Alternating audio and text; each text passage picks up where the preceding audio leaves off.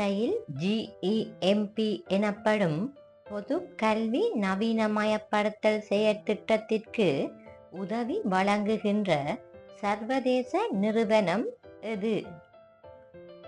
உலக வங்கி. இலங்கையில் 3 தொடக்கம் 5 வயதிற்குட்பட்ட குழந்தை பிராய வளர்ச்சிக்கான சிறப்பு திட்டத்தை முன்னெடுக்கும் நிறுவனங்கள் எவை? யுனிசெஃப்-உடன் இலங்கை கல்வி அமைச்சு மற்றும் தேசிய கல்வி நிர்வாகம்.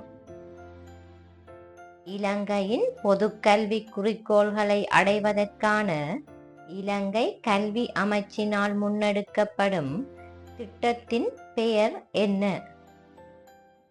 கல்வி அபிவிருத்திக்கான செயலுபாய திட்டம்.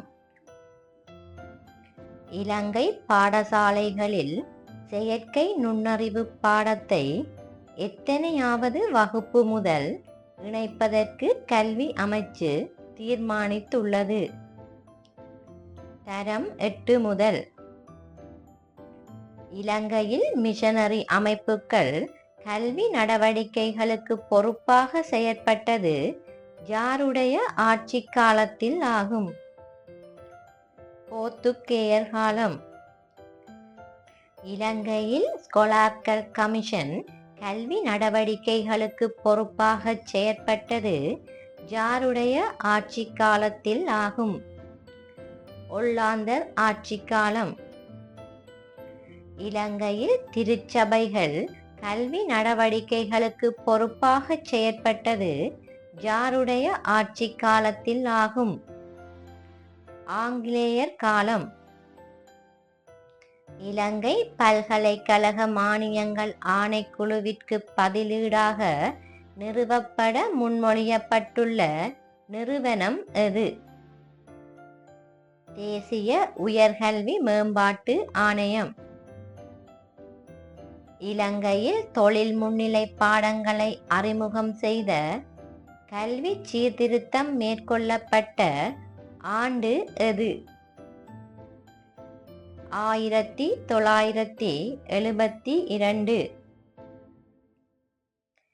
இலங்கையில் ஆண் பெண் சமூக அடிப்படையிலான துஷ்பிரயோகங்களை தடுப்பதற்கான கல்வி அமைச்சின் விசேட செயற்திட்ட காலப்பகுதி யாது?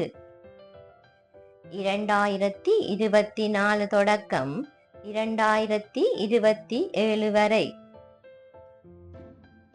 இலங்கை கல்வி முறையில் செயற்கை நுண்ணறிவினை ஒரு பாடமாக 8ஆம் வகுப்பில் சேர்ப்பிப்பதற்கான முன்னோடி திட்டமாக அவை ஆரம்பிக்கப்பட்ட பாடசாலைகளின் எண்ணிக்கை எத்தனை? 20. இலங்கை கல்வி அமைச்சினால் முன்னெடுக்கப்படும் கல்வி அபிவிருத்திக்கான செயலுபாய திட்டத்தின் காலப்பகுதி யாது? 2020 தொடக்கம் 2025 வரை. இலங்கையின் முதலாவது ட்ரோன் தொழில்நுட்ப விமானி பாடநெறி ஆரம்பிக்கப்பட்ட இடம் எது? நிபுணாத பியச வளாகம், நாரகேன்பிட்டிய. இலங்கையில் 1000 பாடசாலைகளை உருவாக்கும் வேலை திட்டம் ஆரம்பிக்கப்பட்ட ஆண்டு எது? 2021. இலங்கையில் 1000 பாடசாலைகளை உருவாக்கும் வேலை திட்டத்தின் கீழ் ஆரம்பிக்கப்பட்ட முதலாவது பாடசாலை எது? மொனராகல சியம்பலாண்டுவ மகாவித்தியாலயம். ஆசிய பசுபிக் பிராந்தியத்தை பிரதிநிதித்துவப்படுத்தும் யுனெஸ்கோவின் இயக்குனர் குழுவின் நிர்வாக குழுவில் நியமிக்கப்பட்ட இலங்கையர் யார்? கலாநிதி சுசில் பிரேமஜயந்த. இலங்கையில் பாதுகாப்பு கலைக்கூடமாக காணப்பட்டு 2007ஆம் ஆண்டிலிருந்து பல்கலைக்கழகமாக மாற்றப்பட்ட இராணுவ பல்கலைக்கழகம் எது? Sir John Kotelawala. இலங்கையில் அனைத்து மாணவர்களும் பட்டம் பெற வேண்டி உருவாக்கப்பட்டுள்ள உயர்தர கல்வி வகைகள் எவை? கல்வி மற்றும் தொழிற்கல்வி. சர் ஜோன் கொத்தலாவ பல்கலைக்கழகம் அமைந்துள்ள இடம் எது? ரத்மலானை. இலங்கையில் 1978 ஆண்டு கலனி பல்கலைக்கழகம் என மறுபெயரிடப்பட்ட பல்கலைக்கழகத்தின் பழைய பெயர் என்ன? வித்யாலங்காரா பல்கலைக்கழகம். இலங்கை பாடசாலை மாணவர்களின் ஆரோக்கியத்தை மேம்படுத்துவதன் மூலம் கல்வி அபிவிருத்தியினை மேம்படுத்துவதை நோக்காக கொண்டு உலர் உணவுப் பொருட்களை இலவசமாக வழங்கும் சர்வதேச அமைப்பு எது? Save the children. இலங்கை காப்புறுதி கூட்டுத்தாபனம் இலங்கை கல்வி அமைச்சுடன் இணைந்து அமுல்படுத்தும் காப்புறுதி திட்டத்தின் பெயர் என்ன? சுரக்ஷா காப்புறுதி.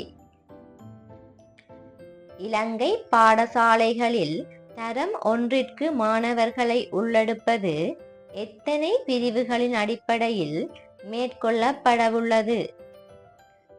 6.